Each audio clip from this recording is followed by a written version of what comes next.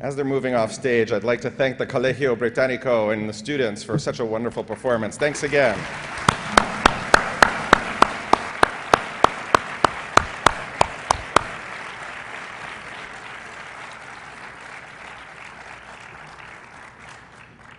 So once again, I am followed by a group of students, and a group of incredibly talented students who shared their gift with us. So thank you again. Before I turn things over to another student who will certainly outshine me, I have a couple of very exciting housekeeping announcements for you. I'd like to remind you to check out of your hotel room and to turn in your bracelet that I'm sure you've enjoyed wearing so much over the last few days.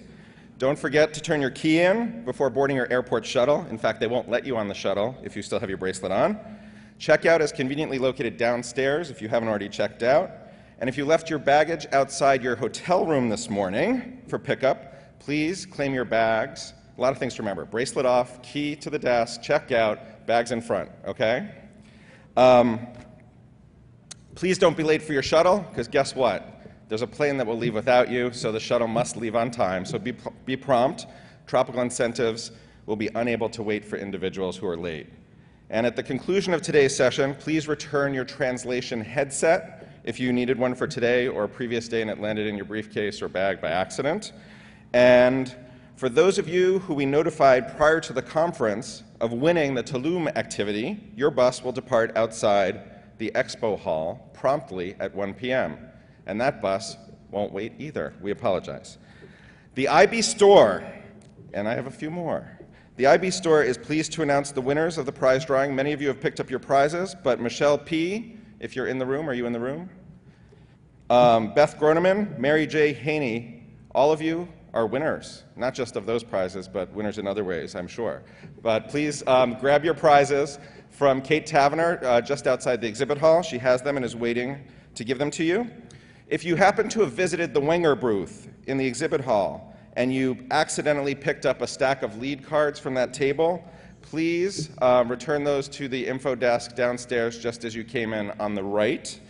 And also please note that there is an open MYP forum following this general session in Star Room 2, which is located in the Sunrise lobby across the way upstairs at the top of the escalator. And that will begin at 1 p.m. If you have any lingering questions about the MYP Next Chapter, we'll have folks from the global team as well as our regional team, Ted Williams, Helene Timms, and others will be there to answer your questions and to hear your feedback.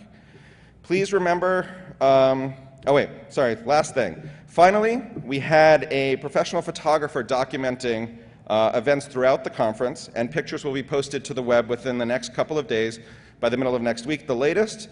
Please go to either the URL or QR code, I think that's on the screen, or you can go to oceanphotostudio.com/IB Mexico, or again, take a picture of the QR code on the screen, or the URL that I also have pictured. The username is IB Mexico, and the password is Conference 2012. And we'll leave that up for just a moment before I continue to talk, because I see a lot of people shooting pictures, so we'll give you a moment to do that.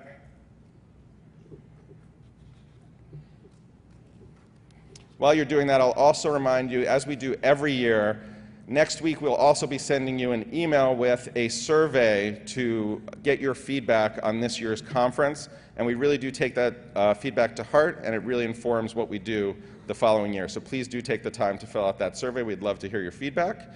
And without further ado, it is now my pleasure to introduce our final student speaker at this year's conference. Ludwig Barragán is originally from Monterrey, Mexico, and in 2006, he graduated with an International Baccalaureate diploma from Lamar Academy in McAllen, Texas.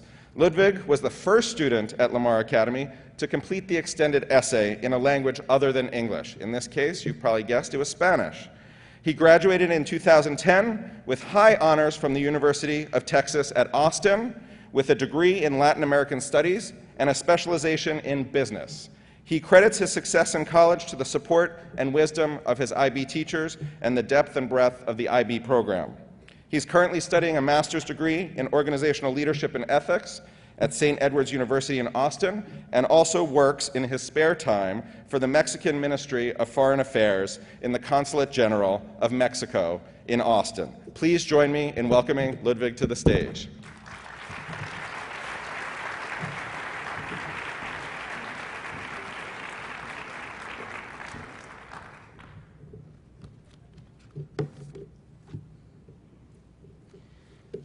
Good morning. I must confess, like a good or bad IB student, I finished this speech at 4 in the morning today. But I can promise you that it has been thoroughly researched, revised, edited, and proofread for grammatical errors. I don't want to convey the idea that I am a procrastinator. After all, I've been working in this speech for almost a week. What happened was that the last few days here in Cancun have been very interesting for me. They have reminded me how much I love the IB and how much I carry its teachings forward with me. IB has taught me many things, but the greatest thing is magic. The first type of IB magic is family.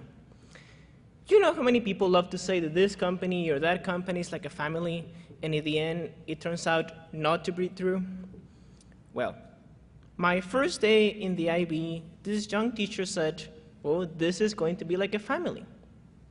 But as soon as she finished, this older lady, the oldest professor in the school, she interrupted and she said, every time they tell you that something is like a family, they are lying to you. Except here. And I think we all know that this is true. IB is like a family. El segundo tipo de magia del BI lo pude descubrir cuando me mudé de México a Estados Unidos. Simplemente no estaba listo para un mundo nuevo, donde para soñar teníamos que soñar en inglés y donde los desafíos y los retos para un joven de 15 años eran más grandes y más complejos. La magia de la que les quiero hablar son los maestros. Ellos nunca vieron mi situación de no hablar inglés como una debilidad, sino como una oportunidad. Desde el primer día creyeron en mí y en mi potencial para triunfar. Por eso quiero agradecerles a personajes como Marisa Sarabando, la actual coordinadora del BI en mi escuela, y Janela Fivers, la fundadora del programa en McAllen, Texas, porque me tuvieron mucha fe y mucha paciencia. Por ejemplo, ellos me aconsejaron que yo escribiera mi monografía en español y fui el primer alumno en realizarlo en mi escuela. Pero no solo eso, ellos me hicieron que yo me sintiera más orgulloso de ser mexicano. Mis maestros del BI se aseguraron de que todos nos convirtiéramos en embajadores de nuestra propia cultura. La siguiente magia, la cual creo que todos conocemos, es el rigor académico del BI. En los últimos años me gradué de la Universidad de Texas, comencé a trabajar para el Gobierno de México y empecé a estudiar una maestría. Un énfasis en la escritura clara y concisa, en el pensamiento analítico y crítico, en los trabajos de calidad en equipo y en la motivación para servir a la comunidad son áreas que vimos todos en el BI, pero que ahora, tanto en mi trabajo como en mi escuela, lo sigo viendo cada día. Saber escribir bien y poder trabajar en equipo me han abierto muchas puertas. So I thank the English and History HL, the CAS, and the TOK for that. I'm sure you hear it all the time. IB graduates are lifelong learners. Well, please let me tell you one more time from an IB graduate. We are lifelong learners. I would like to quote a book we studied in high school. It's titled Boy's Life, and the author is Robert McCammon. It says, see, we all start out knowing magic. We were born with whirlwinds, forest fires, and comets inside us. We are born able to sing to birds and read the clouds and see our destiny engraved on sand. But then we get the magic educated right out of our souls. We get churched out, spanked out, washed out, and combed out. We get put into the straight and narrow. We are told to be responsible. We are told to act our age. We're told to grow up. I think that an IB education is like a ticket to inquiry. It empowers us to remain curious about the world and very excited about changing it.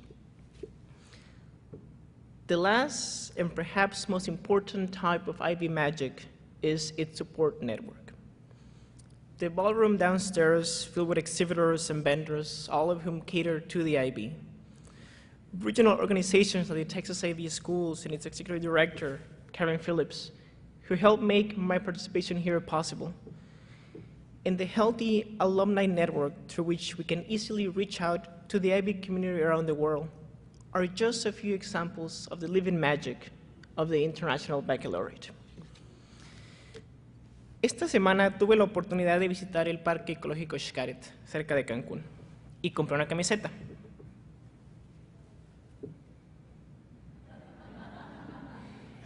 En la etiqueta de la camiseta dice: esta camiseta fue hecha con lo mejor de México, sus manos, su fibra y su corazón. In that same way, the students who graduate this program take with them the best of the IB, its people, its values, and its heart. To sum it all up, I love IB. I love it so much that in my senior year in high school, I actually wrote a poem about it. It wasn't a homework, it wasn't an assignment, it was just something I wanted to do for my friends and for the IB. It's based on one of the works we studied in English HL, the love song of J. Alfred Prufrock by T.S. Eliot. So please let me share just a few lines with you. There will be time. Time for you and time for me, and even for conversations while taking pictures at presentation before we take our history paper too. And indeed, there will be time to ask, does this poem rhyme? Time to wonder, do I dare graduate? Time to climb the stage, pick up our diplomas, and then regret the many Saturday nights spent listening to a cassette. Learn to dance, skip a class, but don't forget oral commentary. I have seen the future, and then I have looked at the past and cried because high school slipped away so fast while I was learning how to compare and contrast. And would it have been worth it after all? After the homework, the studying and the failing, among TOK essays and physics paper twos, would it have been worth my while? I have measured my life between a 1 and a 7 and forgot that there are other ways to heaven. Life exists beyond a Group 4 project. Life is more than a school subject. Thank you for what you do for us, the IB kids. It is now our responsibility to pass forward the magic of the IB, and I can promise you we will not let you down. And now, the responsibility of closing up this conference falls on Dr. Aaron David Miller. He's currently a distinguished scholar in the Middle East program at the Wilson Center in Washington, D.C. With a PhD in American Diplomatic and Middle East History from the University of Michigan, Dr. Miller joined the U.S. State Department in 1974. He has served as special advisor for 6 secretaries of state, and he has helped craft the U.S. foreign policy on the Middle East and the Arab-Israeli peace process.